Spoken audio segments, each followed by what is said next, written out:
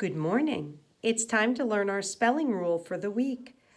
This week we are learning the vowel team O-A that says the sound O.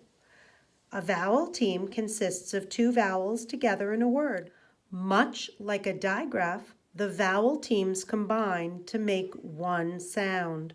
We often explain this by saying, when two vowels go walking, the first one does the talking. So in the vowel team O-A, the first vowel is O, and it does the talking, and when it does, it says its name, O. Let's look at our words, our spelling words for this week. We have loan, L-O-N, loan. Cloak, cool, that's that C-L digraph, cool, O-K, cloak.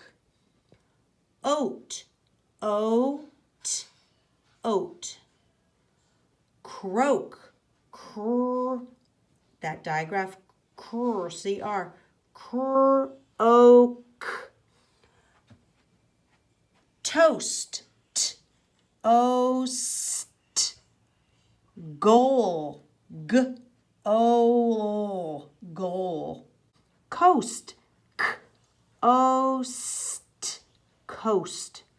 Float, fl, digraph, F-L, fl-o-t, float. I added one more.